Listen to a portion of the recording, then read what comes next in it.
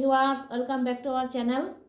Viewers, আজকে আমি একটা মজাদার রেসিপি নিয়ে হাজির হয়েছি। আর সেটা হলো গিলা কলিজা বুনা। আর এই গিলা কলিজা বুনাটা কীভাবে তৈরি করা যায় দেখালন। ভিউয়ার্স, গিলা কলিজা বুনা করবার লইগে আমি এখানে প্রায় 700 গ্রামের মতন হইব গিলা কলিজা, পা, মাথা, গলা সবই আছে, সাথে চামড়া বিও আছে। আমি এটারে ভালো করে ধুইয়া পরিষ্কার করে নিছি। এখন আমি রান্নার মধ্যে চলে যাব। তাই চুলায় একটা প্যান বসাইছি, চুলাটা জ্বালায় দিচ্ছি। প্যানটা গরম হয়ে গেছে, এখন দিয়া দেবো সরষের তেল। আপনারা চাইলে এটা সাদা তেল দিয়েও রান্নার পারবেন। নিচি গরম মশলা, দারচিনি, তেজপাতাটা একটু ছিঁড়া দিছি, লং নিচ্ছি আর এলাচ নিচ্ছি। এলাচটা একটু ফাটাই দিছি। তেলটা গরম হয়েছে, এখন মশলাগুলো একটু হালকা ভাজে নেব। মশলা থেকে একটা সুন্দর খুশবু বাড়ছে, এখন দিয়া দেবো পেঁয়াজ। আমি এখানে 3টা পেঁয়াজ কুচি দিলাম।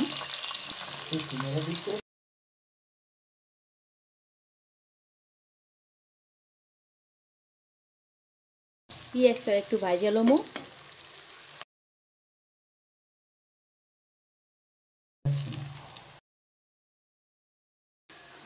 পেঁয়াজটা ভাজা হয়ে গেছে, এখন দিয়া দিব সাদা মশলা, অর্থাৎ আদা রসুন পেস্ট প্রায় 2 টেবিল চামচ পরিমাণ। একটু মশলাটারে ভাজে নেব কাঁচা গন্ধ যাওয়া পর্যন্ত।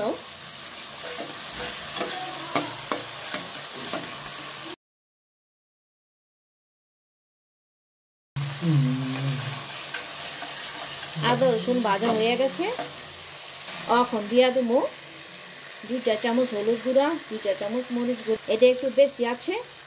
দিব 1টা চামচ ধনিয়া গুঁড়া, 1টা চামচ জিরা গুঁড়া।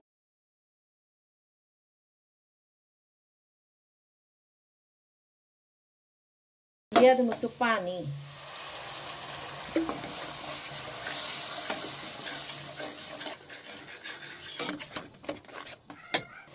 এখন দিয়ে দেবো স্বাদ অনুযায়ী লবণ। মশলাটা এখন ভালো করে কষায় নেব। ভিউয়ার্স, মশলাটা কষানো হয়ে গেছে, ওখানে এগুলো দিয়া দিব। মুরগির চামড়া, গিলা, ঠ্যাং, গলা, মাথা, পাখনা সব দিয়া দিলাম। একটু খেয়াল করছেন, এখানে কিন্তু কলিজা নাই, সেটা একটু পরে দেখাইতেছি। ভিউয়ার্স, আমি আলাদা হাঁড়ির মধ্যে কলিজাগুলারে সিদ্ধ করে নিছি। দেখেন কেমন পানি বাড়িয়েছে, ময়লা পানি। আপনারাও এরকম আলাদা করে পানির মধ্যে সিদ্ধ করে নেবেন। আমরা তো শখ করে বাচ্চাদের এই কলিজাটা খিলাই, তাই ডাক্তারও বলে খিলাইতে। তাই সেই জন্য এই যে দেখছেন কেমন ময়লা বাড়িয়েছে, এইটা সিদ্ধ করে পানিটা ফালাই নেবেন। এতে কলিজার যে এক্সট্রা ময়লা আছে না, সেটা চলে যাব। এটার আমি এখন ধুইয়া ওইটার মধ্যে দিয়া দেব।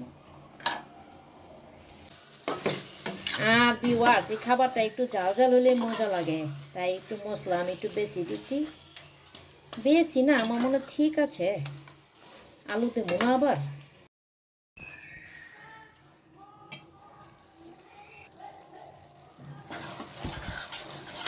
ভিউয়ার্স, এই চামড়া কলিজা গিলাটা অনেকখানি কষানো হয়ে গেছে।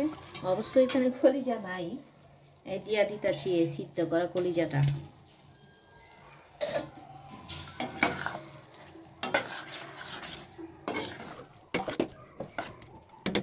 আর দিয়া দিব আলু। ভিউয়ার্স, যারা এখন আমার রেসিপিটা দেখতেছেন এখনও সাবস্ক্রাইব করেন নাই, প্লিজ সাবস্ক্রাইব করেন আর পাশে থাকা বেল আইকনে ক্লিক করে রাখেন, যাতে পরবর্তী রেসিপিটা সবার আগে আপনার কাছে চলে যায়। এখন আবার ঢাইকা দেব আলুটা কষানোর জন্য।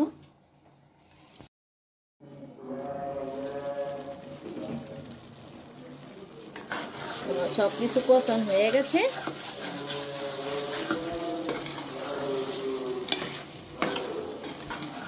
আমার সব কিছু কষানো হয়ে গেছে।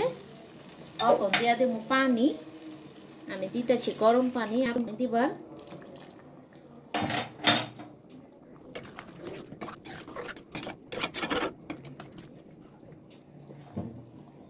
আর একটু পানি দিতেছি।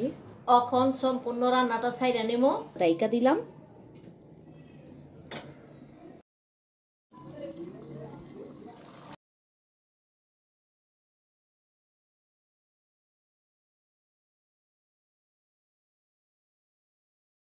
গিলা কলিজার কারিটা আমার রান্না করা হয়ে গেছে। এখন দিয়া দিব হাফ চা চামচ গরম মশলা গুঁড়া, ঢাইকা দিলাম।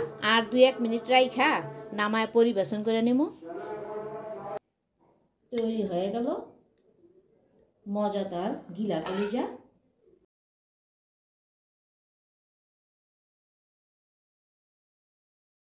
গিলা কলিজার কারিটা ভাত, রুটি, পরোটার সাথে সার্ভ করবার পারবেন।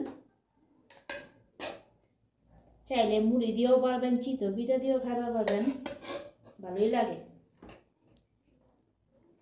আর আজকের রেসিপিটা কেমন হয়েছে অবশ্যই কমেন্টস করে জানাইবেন। সবাই ভালো থাকবেন। আল্লাহ হাফেজ।